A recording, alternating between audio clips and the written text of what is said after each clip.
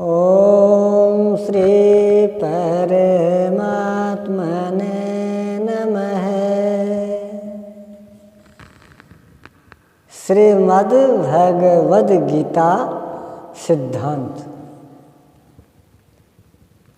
अनादि अविनाशी योग श्रीमद् भगवत गीता भाष्य यथार्थ गीता।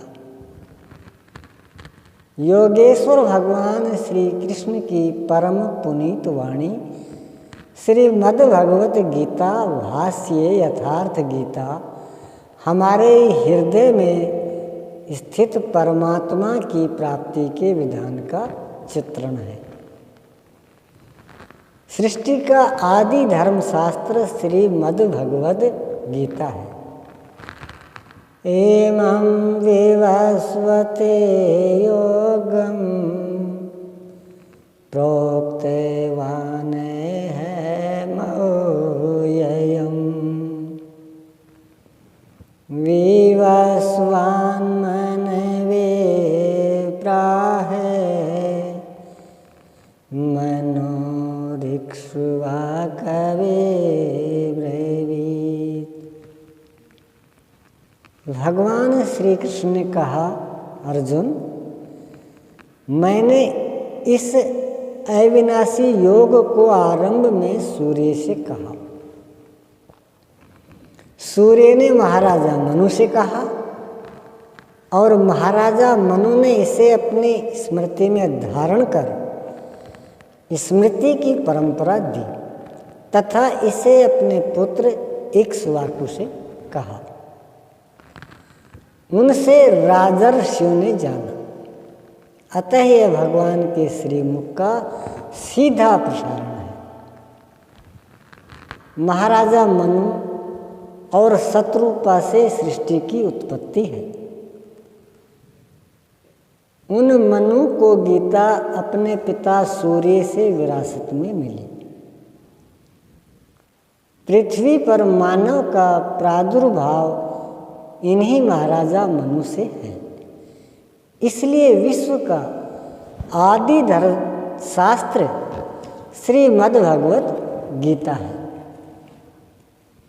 गीता किसी धर्म विशेष का संदेश नहीं देती, अपितु यह सभी धर्मों की दिशा निर्देशक है।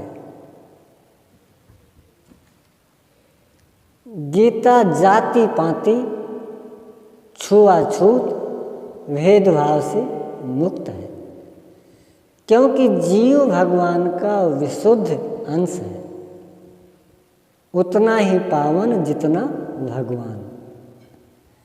यह हीन भावनाओं से मुक्ति का शास्त्र है। यह मजहब मुक्त है। इसमें किसी मजहब का विरोध या समर्थन नहीं है।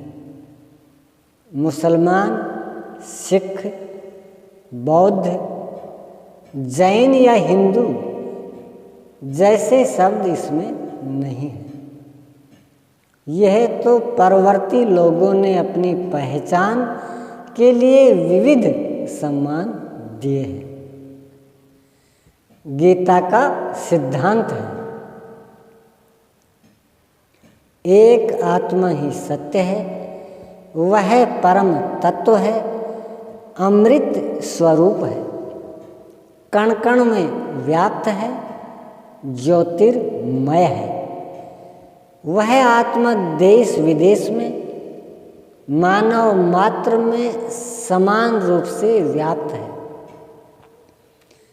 उस आत्मा को प्राप्त करने की नियत विधि योग विधि यज्ञ है। उस यज्ञ को क्रियान्वित करना कर्म है। यज्ञार्थात् कर्मणोऽन्यत्र लोको यम कर्म बंधनः। अर्जुन, इस यज्ञ के अतिरिक्त अन्य जो कुछ किया जाता है वह इस लोक का एक बंधन है, न कि कर्म। इस नियत कर्म को करके तू अशुभ अर्थात संसार बंधन से मुक्त हो जाएगा।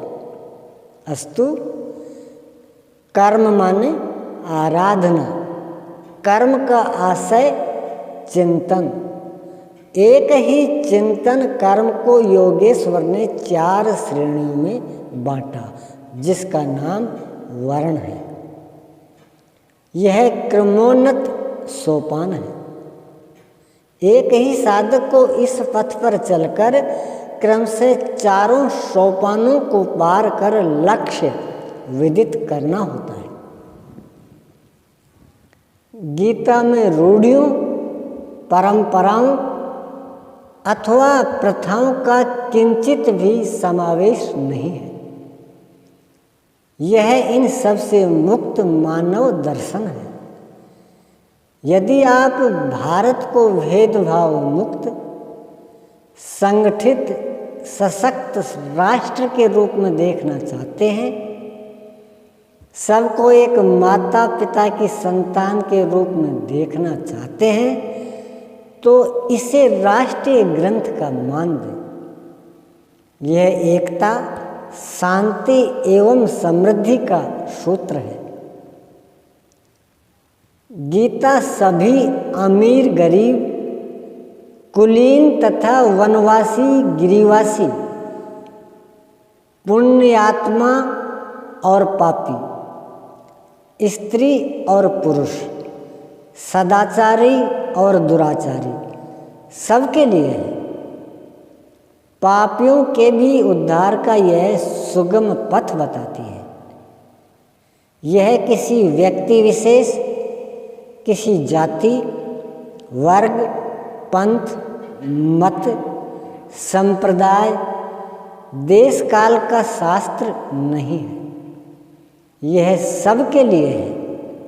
यह मानव मात्र का धर्म शास्त्र है। धर्म शास्त्र का हमें ज्ञान न हो, यह अलग बात है। कृपया सदा से ही चली आ रही 700 श्लोकों वाली गीता मूल धर्म शास्त्र लें। आद्यापांत विधिवत देख लें कि क्या यह जीवन पद्धति है या धर्मशास्त्र। यह गीता विलुप्त हो गई थी, तो द्वापर में भगवान श्री कृष्ण ने इस धर्मशास्त्र को पुनः अर्जुन के माध्यम से प्रकाशित किया। आज यह पुनः विस्मृत हो चली है। इसके पुनर्प्रकाशन का दायित्व आप जैसे उन्हीं प्रभु के सुपुत्रों पर है। आज संस्कृत भारत की लोक भाषा नहीं है, अस्तु गीता के आशय को यथावत समझने के लिए देखें श्रीमद् भगवद गीता भाष्य यथार्थ गीता। धर्म क्या है, पालन कैसे करें, सत्य क्या है, भजन किसका और कैसे करें, इत्यादि समस्त शंकाओं के समाधान के लिए श्रीमद् भगवद गीता भाष्य यथार्थ गीता का अनुशीलन अपरिहार्य है। ओम। यद्यपि विश्व में सर्वत्र गीता का समादर है, फिर भी यह किसी मजहब या संप्रदाय का साहित्य नहीं बन सका, क्योंकि संप्रदाय किसी न किसी रूढ़ी से जकड़े हैं। भारत में प्रकट हुई गीता विश्व मनीषा की धरोहर है, अतः इसे राष्ट्रीय शास्त्र का मान देकर ऊंच नीच, भेदभाव तथा कलह परंपरा से पीड़ित विश्व की संपूर्ण जनता को शांति देने का प्रयास करें। ओम श्री सद्गुरुदेव भगवान की जय।